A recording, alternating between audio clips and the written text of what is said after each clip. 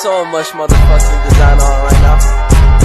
Break it down, bring it back, make it clap. I got 3 old thoughts, new block, where that thing. Bitches on my line, and you know they come strapped. Hold up. Assalamualaikum warahmatullahi wabarakatuh. Perkenalkan, nama saya Tuti Larasati dari kelas PIPA 2A. Baik, saya di sini akan menceritakan pemahaman saya mengenai kesenian Islam di Indonesia adalah sifat Islam yang mendorong lahirnya ekstasi keindahan dengan hadis.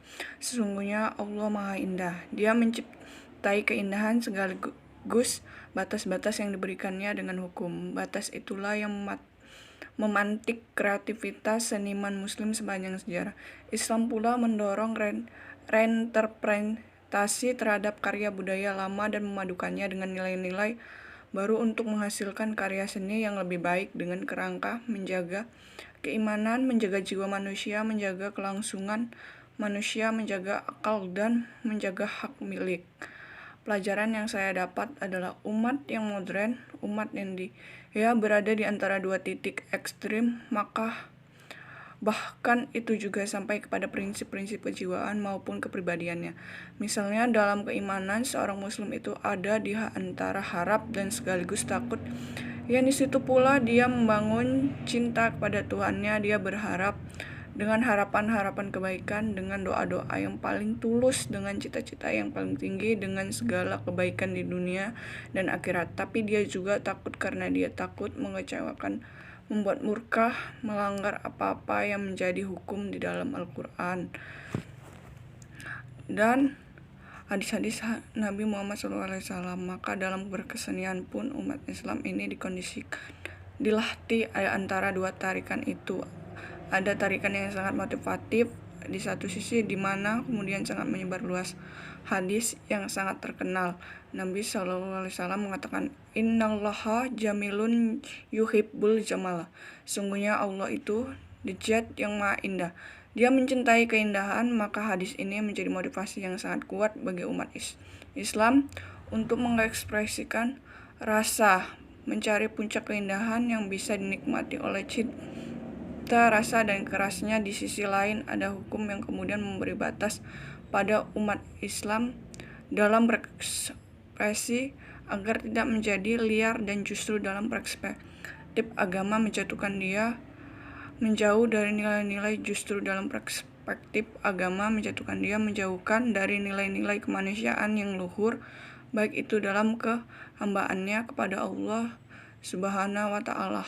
Misalnya kemudian dalam Islam ada larangan menggambar sosok yang disembah dalam wujud yang bisa dilihat atau disentuh. Demikian pula penghormatan kepada sosok-sosok yang dimuliakan seperti para nabi. Demikian pula penghormatan kepada sosok-sosok yang dimuliakan seperti para nabi dan para rasul untuk tidak ditampilkan dalam rupa. Komitmen yang akan saya tanamkan dalam hati saya adalah hadis-hadis yang melarang membuat sesuatu dalam bentuk 3 dimensi yang utuh, yang dalam konteks masa itu kalau para ahli fikih kontemporer memberikan introspeksi tertentu berkaitan dengan keberhalaan idolatri yang baru saja ditinggal oleh bangsa Arab sejak didakwai oleh Nabi Sallallahu Alaihi Wasallam, yang semula mereka mempersekutukan Allah dengan begitu banyak sesembahan lain yang diwujudkan dalam bentuk patung-patung di sekitar Ka'bah yang menurut para ahli sejarah mencapai 360 patung pada masa itu di sekitar Ka'bah, dan juga hukum-hukum lain yang terkait untuk tidak menampilkan sesuatu yang merupakan aurat.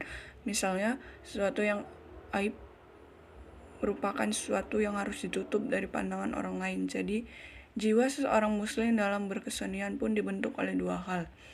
Ini sesuatu yang sifatnya motivasional, bahwa Allah Maha Indah, mencintai keindahan, tetapi di sisi lain juga menambatkan diri kepada hukum-hukum yang terkait dengan kesenian, dan ini akan menjadi karakter dari kesenian Islam baik di seluruh dunia muslim maupun juga di Indonesia, di Nusantara kita yang tercinta. Maka karena karakteristik jiwa berkesenian seperti itu secara alami, Islam itu hadir juga dalam Saya sebut dua cara untuk kemudian memberi ruang berkesenian pada umumnya secara garis besar.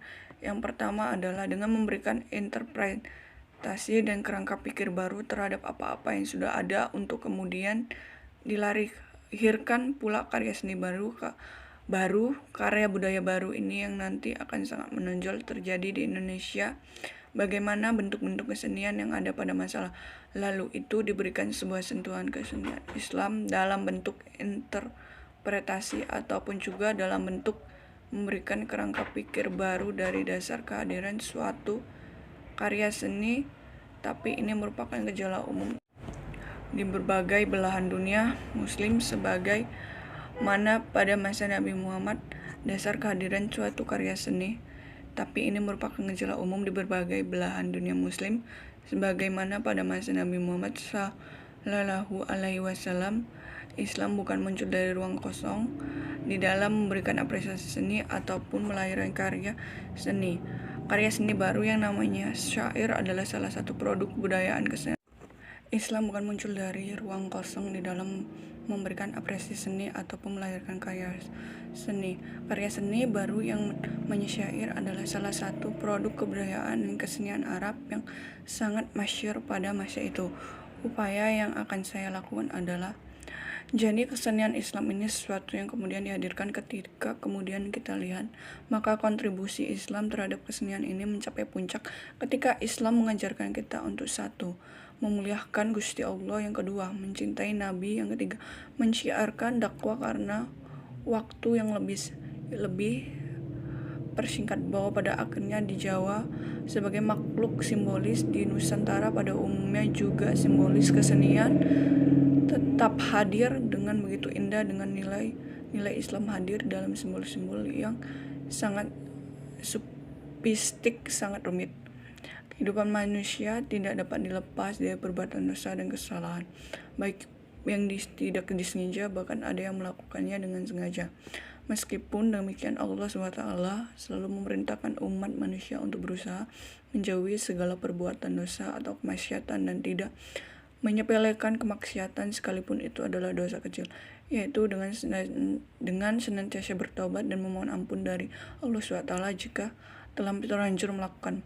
Mungkin itu saja yang dapat saya sampaikan atau saya simpulkan tentang kesenian Islam di Indonesia. Saya mohon maaf apabila ada kesalahan dalam kesimpulan saya. Saya akhiri dengan wassalamualaikum warahmatullahi wabarakatuh.